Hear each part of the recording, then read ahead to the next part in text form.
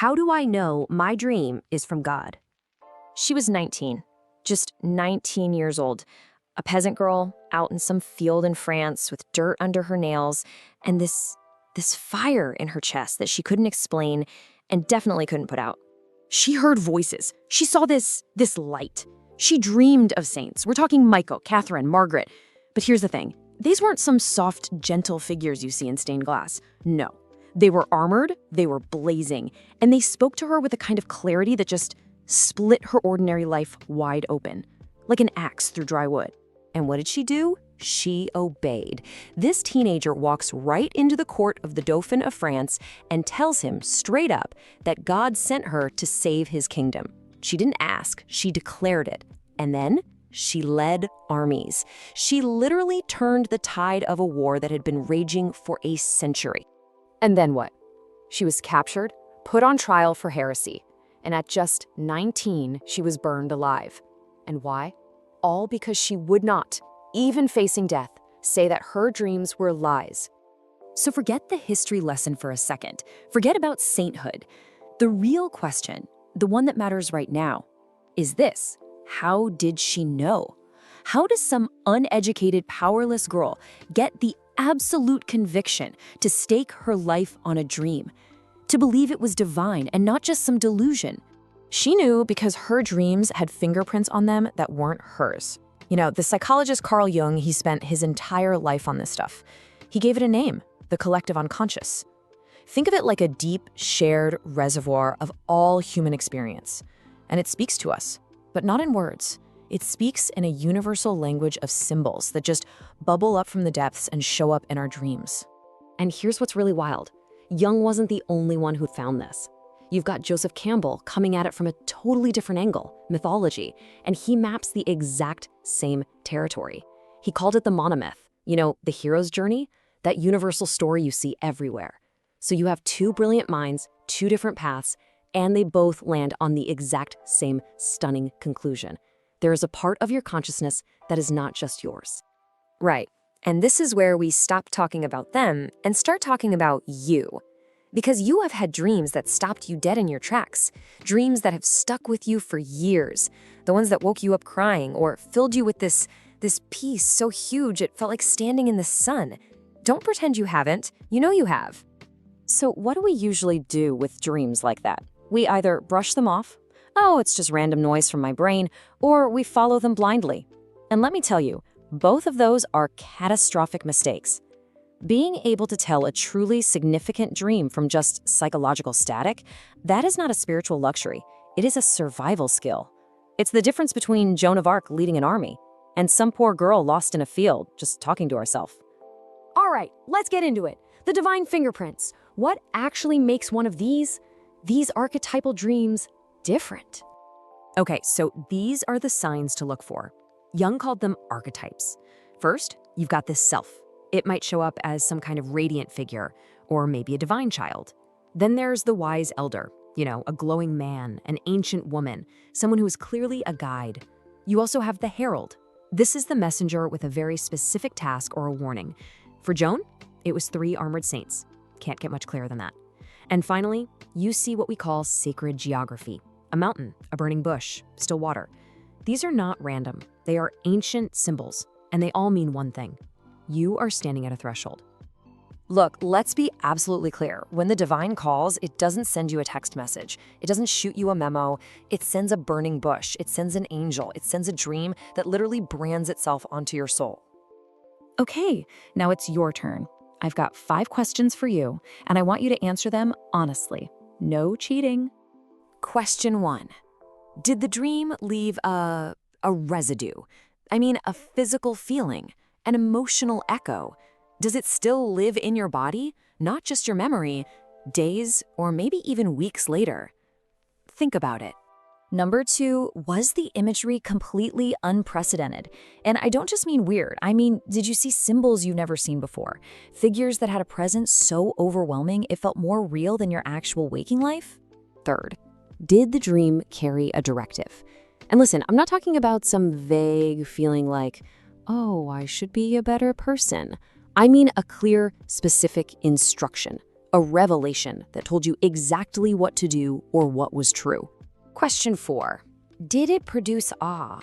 And again, be specific, not comfort, not just fear, but that very particular mix of terrifying and exhilarating, that feeling you get when you're standing in the presence of something infinitely larger than you are. And the last one, number 5. Did this dream align perfectly with a crisis in your life, a crossroads you were stuck at, or maybe a deep calling that you've been actively, desperately trying to ignore? Okay, look at your answers. If you said yes to 3 or more of those questions, then you need to understand something right now. You are not dealing with ordinary dream noise. What this means is you are standing in a field, and something is speaking to you. The only question left is whether you have the courage to actually listen. All right, part 2. Look, you want clarity. You deserve it. And right now, you're gonna get it. We're talking about those questions, you know the ones you're afraid to even ask out loud. And we're not holding back. No mercy, no detours. And let's be crystal clear about something. This isn't just some intellectual exercise. Getting this right, it's everything. We're talking about spiritual life or death. The entire direction of your life is on the line. All right, so let's get right into it. The first big test, the foundational question. Was that dream given to you, or did you just make it up? How do you know if it's divine or just your own subconscious working overtime? And look, the difference is it's brutal. It's so clear once you see it. Ego dreams, they're all about you. You're the star. You're in familiar places. You're just rerunning the same old anxieties. But an archetypical dream, that feels completely different. It feels like it was given to you. It doesn't come from you, it comes for you. So here's the test. It's a 4-parter, and it's non-negotiable. 1, does it feel received, not constructed? 2, is the imagery something you would never come up with on your own? Think about it, like that woman who dreamed of a pillar of fire, a biblical symbol she had zero knowledge of. 3, does it give you a specific, actionable instruction? And 4, the big one, does it produce a permanent shift in you? I mean, divine dreams don't just visit, they reorganize you from the inside out. So here's what you do right now. Get a journal. Date every single entry. And don't just write what you saw, write how you felt. Because here's the thing. These kinds of dreams, they repeat. That powerful imagery will keep showing up, hammering at your door until you finally respond. Okay, let's talk about fear. Because this is the point where most people tap out, right? What do you do when a message feels holy, but it's also scaring you to death? Listen, the divine call is almost never comfortable. It's not supposed to be. It's going to ask you to leave everything familiar behind. So that fear you're feeling, that's not a red flag telling you to stop. It's often the proof that this is the real deal. It isn't asking for your convenience. It's asking for your life. You know, there's actually a word for this feeling. It's called the numinous. It's this wild mix of terror and total fascination. And you have to understand this. You cannot stand in the presence of something genuinely holy and just feel cozy. It doesn't work that way. It's way bigger than that. So this is the question you have to ask yourself. You have to learn the difference. Am I afraid because this feels evil, or am I afraid because this is asking me to be bigger than I ever planned on being? And let me tell you, those two fears, they are not the same. They're not even in the same universe. Okay, so what about nightmares? Can God speak through nightmares? The answer is simple. Yes, full stop. And they aren't what you think they are. They're not punishments. They are emergency bulletins from the front lines of your soul. They are forced confrontations with the exact truths you've been trying to outrun. So if you dream of death, do not panic. I repeat, do not panic. In the symbolic language of dreams, death is about transformation. It's what Jung and Campbell both talked about. It's the necessary, painful, but absolutely essential death of an old part of you, a part that just can't take you where you need to go next. All right, we've dealt with fear. Now let's get into the language itself. How do you actually read the symbols? How do you understand the messengers that show up in these dreams? First things first, you've got to know the difference between a real prophetic dream and just wishful thinking. And the gut check is pretty simple. Wish fulfillment feels good, right? It tells you exactly what your ego wants to hear, and then poof, it's gone. A real prophetic dream, it often drops some inconvenient truth right in your lap. Something you didn't expect, maybe didn't even want. It's there to challenge you, not to coddle you. Burn this into your brain. Ego validation is the absolute enemy of real revelation. If a dream just pats you on the back and tells you you're right about everything, be very, very suspicious. The dreams you can trust the most, they're the ones that challenge you in ways you never saw coming. And then there are the symbols, the ancient, universal ones: fire, water, light. You see these pop up in every single spiritual tradition for a reason. They aren't just background decoration, okay? They are signals. Fire is all about transformation and purification. Water is the unconscious, rebirth. Light is illumination, consciousness itself. And when you see these symbols show up with real intensity, pay attention. The message is urgent. So what about when a total stranger shows up in your dream and delivers a message? That's not random. That's a classic archetype. It's the herald. This figure has one job: to show up, announce that your old life is officially over, and tell you what's coming next. They don't stick around. They deliver the line, and they're gone. Your job is to wake up and write down every single word.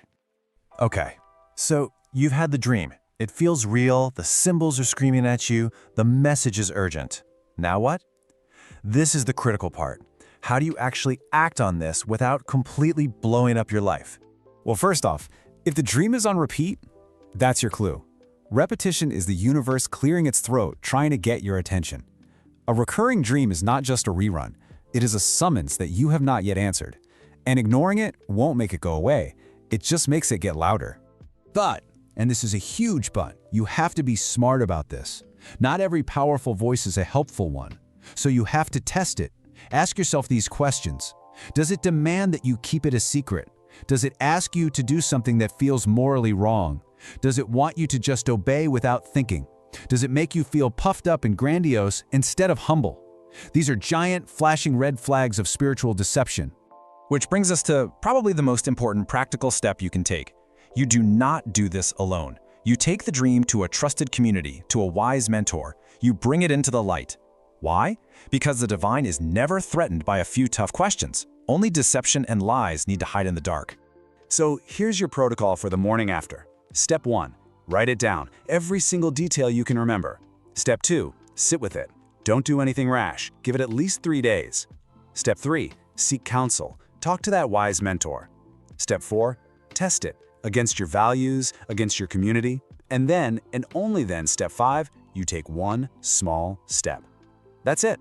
Remember Joan of Arc? She didn't just grab a sword and run to the front lines. It was a process, one tested step at a time. You see, you follow this sacred process. You honor the message with both wisdom and action. And that right there is how a dream stops being a nighttime movie and starts becoming your actual life. The only question left is the one that's just for you. Are you ready? Part 3. All right, so you've got the theory, you understand the what and the why. Now it's time to actually do something with it. And look, that's not some kind of exaggeration. These are not just helpful hints, they are lifelines. Each one of these tools we're going to talk about is built for a different kind of woman. Your job? It's not to master all of them. No, your job is to find the one that was built specifically for your spiritual survival. Find it, and then use it. Because honestly, your life might just depend on it. So let's get into it. Okay, first things first, we have to capture the message before it just evaporates into thin air. So this first set of tools, it's all about writing and drawing that truth down onto paper. All right, let's start with the Iron Journal Protocol. Is this you? You live in your head, you're analytical, you process everything with words. If that's you, then listen up. This has to be physical. I'm not talking about some app on your phone or a quick voice memo. No, we're talking pen, paper. Your hand moving across the page. Why? Because the body has to be part of recording divine communication. It just has to. Look, the protocol itself is simple, but that doesn't mean it's easy. The second you wake up from one of those big dreams, before your feet even think about hitting the floor, and definitely before you grab your phone, you write. It has to be raw, unfiltered. Don't you dare edit yourself. And then, you do this for 7 days straight. You start a page with this one single sentence. What I haven't admitted about this dream is... You see the point, right? It's about refusing to let that divine mail go unopened.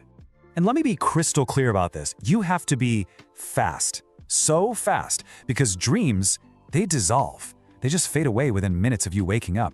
Every single moment you hesitate, that signal, that message, it's lost. And not just for now, it's lost forever. Okay, so what if words just aren't your thing? What if you're the visual woman, the artist, the one who thinks in pictures, not paragraphs? Well, this next one is built for you. So here's what you do. You get a blank sketchbook, no lines, just a clean slate. And when you have one of those dreams that just sticks to you, you draw its most powerful, its most dominant image. And listen to me, you do not have to be an artist for this. Seriously, stick figures are perfectly fine. What matters, the only thing that matters, is the physical act of translating that dream image onto paper with your own hands. As you do this over time, you're going to build a personal symbol library. And that's when you start to see the patterns, right? The recurring symbols. That same door showing up again, that specific shade of blue, that's not random. That's the vocabulary of your soul speaking to you. Now, for you visual processors out there, this is not a suggestion. It is not optional. The urgency level here is extreme. If you dream in images and you don't capture them on paper, you are literally hanging up the phone in the middle of a crucial conversation. You're losing it in real time. Okay, so you've captured the dream, you've written it down, or you've drawn it out. But now comes the big question, right? How do you know if it's real? How do you know if you should trust it? Well, the next step is all about testing that vision. This one's for the relational woman, the woman who needs to talk things out, who processes truth in community with people she trusts. If that's you, then the 3 elder test is your anchor. It's how you stay grounded when it feels like the sky is opening up and pouring visions right into your head. So here's how it works. You take the dream, word for word, image for image, to 3 very specific people. First, the wise elder, someone who has demonstrated real spiritual discernment. You know who this is in your life. Second, the psychological mirror. This could be your therapist or maybe a close friend who just gets you, who knows all your patterns, the good and the bad. And third, the outsider, someone completely outside your bubble from a totally different worldview. And you ask all 3 of them the exact same question. What do you hear in this? And then your only job is to shut up and listen. And please, hear me on this. The urgency here is critical. If this dream is pointing you towards a massive life decision, quitting your job, ending a relationship, moving across the country, you do not, under any circumstances, act alone. This test is your safeguard. It's your sanity check. Now we get to the body audit. This is for the somatic woman. You know who you are. You are the one who feels truth in your gut, deep in your bones, long before your rational mind can even catch up and form a sentence about it. This tool was made for you. Here's the practice. You find 30 minutes, and I mean 30 minutes of total silence, no music, no podcasts, no input whatsoever. You lie down, you just breathe, and you hold the core image or the core message of the dream in your mind. Then you begin to scan your body, slowly, from the top of your head to the tips of your toes. And at each point, you ask one question. What do I feel right here? And you listen to the answer. Your chest is either going to open up or it's going to clench tight. Your stomach will feel settled or it will feel like it's in knots. This isn't just a feeling. This is data. Hard data. Why does this work? Simple. The body does not lie. It just doesn't know how. It can't fake that feeling of resonance when something is deeply true. And it absolutely cannot hide that visceral, gut punch signal when something is deeply wrong. So this practice, its urgency level is non-negotiable. Especially if you're someone whose mind, for whatever reason, maybe through trauma, has learned to just shout over the quiet wisdom of your body. This practice is how you begin to reverse that override. It's how you learn to trust your body's yes and no again. Okay, so you've captured it, you've tested it, you feel its truth in your body. Now what? Well, this final phase is all about action. It's time to actually act on the call. This is the 30-day obedience experiment. And if you're the woman who's been sitting on the same dream, processing it for years without actually moving, this is your way out. This is for the woman who learns by doing, not just by thinking. Here's the experiment. Step 1. You choose the smallest, most manageable action the dream is asking of you. Not the whole grand vision, no, just the very first tiny step. Step 2. You commit to that one action for 30 days, no excuses. Step 3. You document what happens. What doors start to swing open? What doors slam shut in your face? Pay attention, because the universe always responds to movement. And remember, even a closed door is powerful information. And our final tool, the myth mirror. This one is for the intellectually driven woman, the researcher, the reader, The woman who hears the call but needs to place her own personal experience into a larger historical and mythological context before she can fully trust it.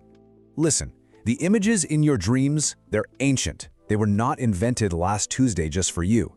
Your job here is to go find them. Find the myths, the archetypes, find the records of mystics and prophets who saw what you are seeing. Do the research, because this is the ultimate truth. You are not crazy. You are standing in a very, very long line of women who heard something, who saw something, and who had to make the terrifying decision whether or not to trust it.